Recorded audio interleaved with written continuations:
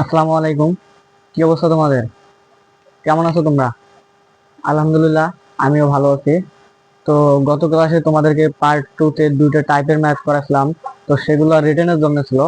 তো আজকে আমি করাবো দুইটা শর্টকাট, ওই ম্যাথ দুইটারই শর্টকাট।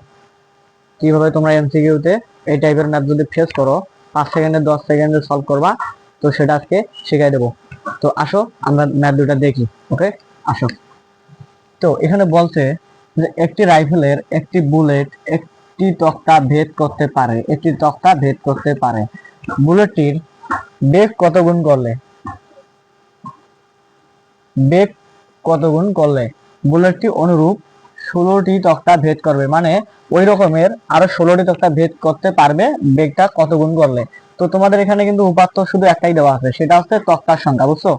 এই কতটি তক্তা, এই তক্তার সংখ্যাটাই শুধু তোমাকে এখানে একটা উপাত্ত হিসাবে দেওয়া আছে। আর তোমার কাছে চাইছে বেগ কত গুণ করলে বুলেটটি এই 16টি তক্তা ভেদ করবে।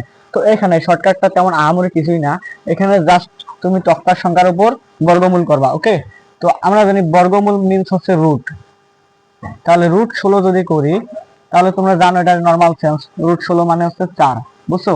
তাহলে আদিবেগের যদি 4 গুণ করো, তাহলে কিন্তু ওই বুলেট 16টি তক্তা ভেদ করবে। তো এটাই হলো প্রথম ম্যাথের শর্টকাট। এখন দ্বিতীয় ম্যাথের শর্টকাটটা আসো আমরা দেখি। সেটা হচ্ছে একটি রাইফেল থেকে একটি বুলেট নির্দিষ্ট পুরুত্বে একটি তক্তা ভেদ করতে পারে যদি বেগ 4 গুণ করা হয়, বুঝছো? এটাই হচ্ছে পয়েন্ট। যদি বেগ 4 গুণ করা হয় তাহলে ওই বুলেট কতটি তক্তা ভেদ করতে পারবে, বুঝছো? তো এখানে বিষয়টা কি রকম, দুইটা ম্যাথের মধ্যে কিন্তু রিলেশন আছে। সেই রিলেশনটা হচ্ছে কি, একটা অপরটার হচ্ছে বিপরীত। তো এই ম্যাথে হচ্ছে চাইছে একটা, এই ম্যাথে দিচ্ছে সেইটা। তো এই ম্যাথে দিচ্ছে যেইটা, এই ম্যাথে চাইছে সেইটা, বুঝছো? বিষয়টা বুঝছো? তো দেখো আমি বিষয়টা কি বললাম, এখানে কিন্তু বেগ কত গুণ করলে, এখানে বেগ চাইছে, বেগের পরিমাণটা চাইছে, কিন্তু তক্তার সংখ্যা দেওয়া আছে। আবার এইখানে বেগের সংখ্যাটা দেখো, বেগের পরিমাণটা দেওয়া আছে কিন্তু তক্তার সংখ্যা চাইছে, বুঝছো?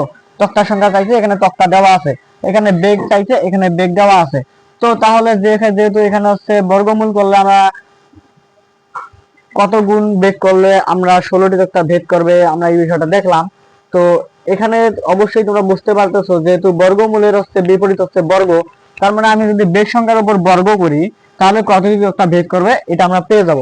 তো বেগ সংখ্যা এখানে দেওয়া আছে 4, সুতরাং 4-এর উপর যদি তুমি বর্গ করো, বর্গ মিন্স হচ্ছে স্কয়ার, বুঝছো? বর্গ মিন্স স্কয়ার। তো 4-এর উপর যদি বর্গ করো তাহলে আমরা জানি 4 × 4 = 16, বুঝছো? তো এখানে 16 টা ভেদ করবে। হ্যাঁ, তো এটাই ছিল আজকে আমাদের শর্টকাট গত লেকচারের। তো ভিডিওটা যদি তোমাদের ভালো লাগে চ্যানেলটি সাবস্ক্রাইব করে বেল আইকন বাজিয়ে পাশে থাকবেন, আর তোমাদের ফ্রেন্ডদের মাঝে বেশি বেশি শেয়ার করবেন। আল্লাহ হাফেজ।